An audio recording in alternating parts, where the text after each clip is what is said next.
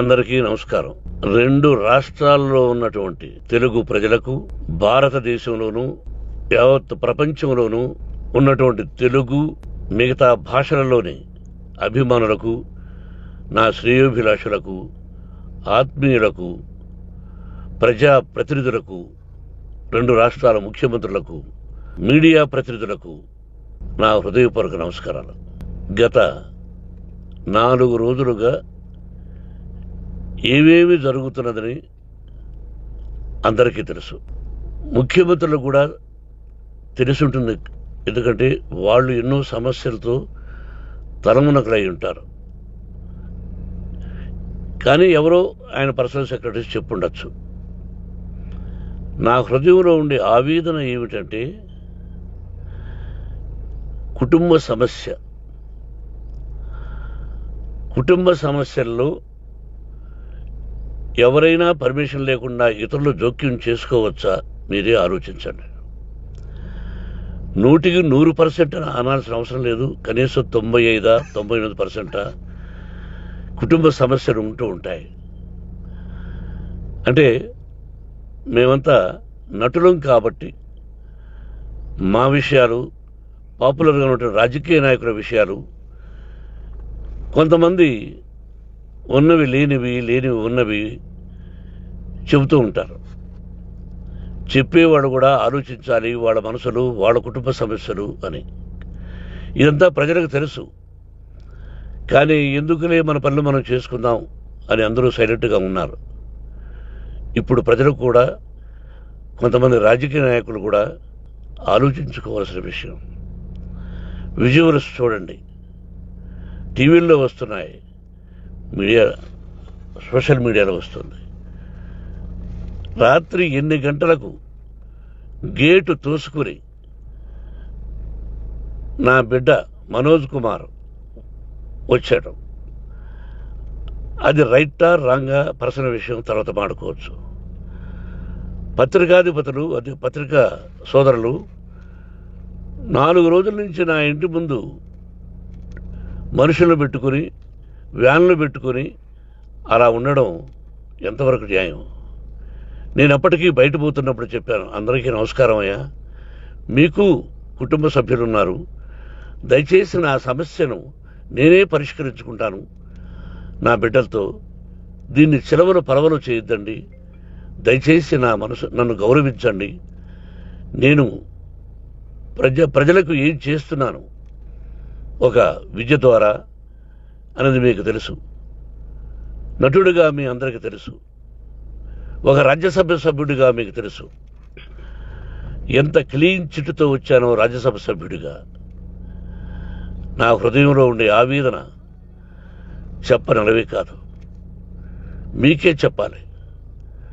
ఈ రోజున ఈ మీడియా సోదరులు ఎంత కల్పితాలు, ఎంత నెగటివిటీ నన్ను గురించి చెప్తున్నారో మీ అందరికీ తెలుసు. దానికి నేను బాధపడడం లేదు. మీరు ముఖ్యంగా తెలుసుకోవాల్సింది, రాత్రుల్లో గేటు తోసుకుని, గేటు పగలగొట్టి పర్మిషన్ లేకుండా ఎవరైనా రావచ్చా? మీరే చెప్పండి. వచ్చిన వాళ్ళు అందరూ మీడియా సోదరులా, లేకపోతే ఇంకెవరైనా నా మీద పగ, రాగద్వేషాలతో ఏదో ఒక ఛానల్ చేతులు పెట్టుకుని అలా వచ్చి ఉంటారేమో సందేహం. కానీ వాళ్లను కొట్టాలని, తిట్టాలని మనసా వాచ దైవసాక్షిగా నేను అలా ఆలోచించేవాడిని కాదు. ఎందుకు? వాళ్ళు ఉద్యోగస్తులు, నేను కూడా ఉద్యోగస్తునే, అందరూ కూలివాళ్ళం. భగవంతుడు ఇస్తుంటాడు మనకు కూలి. ఎవరికి ఏమిటి అనేది ఆయన నిర్ణయిస్తాడు. ఇది మీ అందరికీ తెలుసు. వాళ్లకు నేను చెప్పినా వినకుండా ముందు నమస్కారం పెట్టాను. అయినా అతను నేను కొట్టామనే చెప్తున్నారు తప్ప, మైక్ తీసుకెళ్ళి నోట్లో పెట్టాము, నా కన్ను పోవలసింది. కన్ను పోయి ఉంటే అప్పుడు నేను కేసులు పెట్టాలి. నా కన్ను పోలేదు, కొంచెం తగిలింది కంటి కింద, నేనే ఎస్కేప్ అయ్యాను. లేకపోతే నా జీవితం గుడ్డిదయ్యేది. అతనికి తల కాదు, చెంప మీద తగిలిందన్నారు. ఓకే, ఆ చీకట్లో ఎలా జరిగిందన్నది వాస్తవమే. మైకు లాక్కోవడం, వాడు నన్ను కేకలేయడం, ఆ దీనిలో ఘర్షణ జరిగింది. నేను కొట్టిన దెబ్బ అతనికి తగిలింది అన్నారు. దానికి హృదయపూర్వకంగా బాధపడుతున్నా. అతను నాకు తమ్ముడే. ఒక తల్లి బిడ్డలం కాకపోయినా I love them, I like them. అటువంటిది ఈ రోజుకి బాధపడుతున్నా నేను. అయ్యో, అతని భార్య ఎంత బాధపడుతుందో, అతని పిల్లలు ఎంత బాధపడుతున్నారో అని నేను ఆలోచిస్తున్నా. మరి నేనెంత ఆవేదనకు గురి హాస్పిటల్లో అయ్యానో. నటించింది సినిమాలో నటిస్తాను తప్ప నిజ జీవితంలో నటించాల్సిన అవసరం లేదు. నాకున్నది ఒకటి ధైర్యం, సాహసం. నీతిగా, న్యాయంగా, ధర్మంగా బ్రతకాలన్నది నా ఆలోచన. ఎందుకు కొట్టాలి? గేటు బయటుండి నేనేమైనా అసభ్యకరంగా వాళ్ళని కొట్టుంటే డెఫినెట్గా నా మీద 50 కేసులు కాదు 100 కేసులు పెట్టి నన్ను అరెస్ట్ చేయొచ్చు.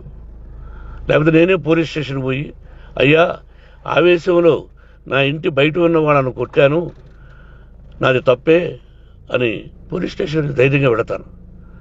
కానీ ఇంటి లోపలికి వచ్చి నా ఏకాగ్రతను, నా మనశ్శాంతిని భగ్నం చేశాడు. ఆల్రెడీ నా బిడ్డ చేస్తున్నాడు. అయినా నీ కన్నబిడ్డ, ఎప్పటికీ నీ కన్నబిడ్డే. ఏదో ఒక రోజున న్యాయం జరుగుతుంది, మేము కూర్చొని మాట్లాడుకుంటాం. దీనికి మధ్యవర్తులు అక్కర్లే. కుటుంబ సమస్యలకు బయట వాళ్ళని పిలిపించి ఇలా చేయండి, మీరు ఇలా మాట్లాడండి అని చెప్పక్కర్లే. కట్టు బట్టలతో మద్రాసుకు వెళ్ళేవాడిని. ఆల్రెడీ మీకు చెప్పాను. పైసా లేకుండా కట్టుబట్టలతో, చెప్పులు సగం కింద అరిగిపోయి అలా వెళ్ళినవాడిని. మా తల్లిదండ్రులు అద్భుతమైన జన్మను ప్రసాదించారు. ఒక్క పైసా ఇవ్వాల.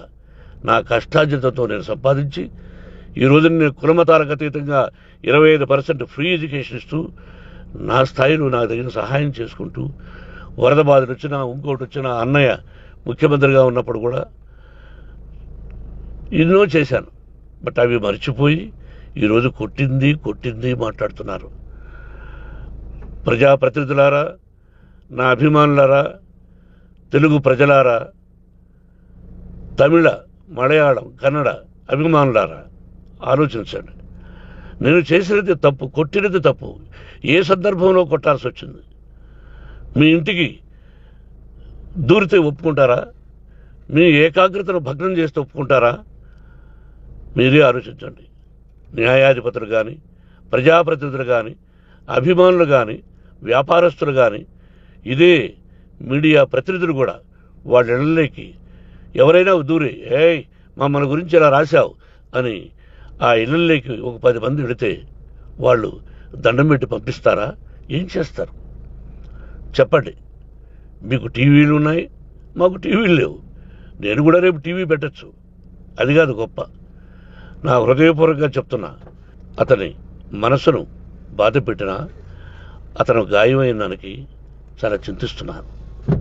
చింతించే లాభం ఏమిటండి అంటే, మరి ఏం చేయాలి? మీరు చేసిందంటే మళ్ళీ చెప్తున్నా. అసలు అతను నిజంగా జర్నలిస్టా కాదా అని ఆ చీకట్లో నాకు ఎలా తెలుస్తుంది? టీవీ 9 అని నాకు ఎలా తెలుస్తుంది? ఏదో ఒక కంటి మీదకి ఒక మైక్ వచ్చింది, దానికి అబక్కం లాక్కున్నాను. ఇది వాస్తవమే, అసత్యం కాదు. అది టీవీ 9, ఆ టీవీ 9 మైక్నే లాక్కోవాలి. అది ఏంటండి? నేనేమన్నా మూర్ఖుడినా? వాళ్ళందరూ నాకు కావలసిన వాళ్ళే. ఈ రోజున ఆ రజనీకాంత్, అతను కూడా ఎన్నో ఫోన్లు నేను చాలా సందర్భాల్లో మాట్లాడున్నాను. ఇస్ లైక్ మై సన్నా, లేకపోతే బ్రదరా, అలా ఉంటాం. మరి ఈ విషయంలో మాత్రం మీరు అందరూ అంటే మీరు చేసినది తప్పు అని మీరు ఒక్కరు అనలేదే. కానీ జర్నలిస్టు సోదరులు, ఒక ఆడపడుచు, దాదాపు ఒక 5-6 మంది ఆడపడుచులు, ఒక 5-6 మంది సోదరులు, వాళ్ళందరూ మాట్లాడారు. కొట్టడం తప్పైనా ఏ సందర్భంలో కొట్టవలసి వచ్చింది, ఇవన్నీ క్లియర్గా మాట్లాడారు. అవన్నీ మీరు చెప్పరు. కాబట్టి పైన భగవంతుడు చూస్తున్నాడు. పోలీస్ అంటే నాకు ఇష్టం. ప్రజలను కాపాడవలసిన బాధ్యత వాళ్ళది, రక్షణ కల్పించవలసింది. నా విద్యాలయానికి కూడా ఐపీఎస్లు, ఐఏఎస్లు అయిన విద్యార్థులు ఉన్నారు. వాళ్ళకు న్యాయం ధర్మం నేర్పించి పంపించాను ఆ ఇన్స్టిట్యూషన్లో. But they are perfect. కొంతమంది ఐపీఎస్లు, ఐఏఎస్లు, డీసీపీలు ఇలా చాలామంది ఉన్నారు. బట్ ఎక్కడెక్కడో పనిచేస్తున్నారు. వాడు నా బిడ్డలు, మరి వాళ్ళు కూడా పోలీసు ఉద్యోగస్తులే కదా, న్యాయంగా ఉన్నారు కదా. కానీ ఇక్కడ మాత్రం ఏకపక్ష నిర్ణయం ఏమి చేస్తున్నారో మీరే ప్రజలారా చూడండి, ఆలోచించండి. నేను న్యాయమా అన్యాయమా, నేను చేసింది న్యాయమా అన్యాయమా, మీరే ఆలోచించండి. నా ఇంటికి తలుపులు బద్దలు కొట్టి రావడం న్యాయమా, మీరే చెప్పండి. ఎల్లప్పుడూ మీ ఆశీస్సులు కోరుకునే మీ మోహన్ బాబు. నమస్కారం.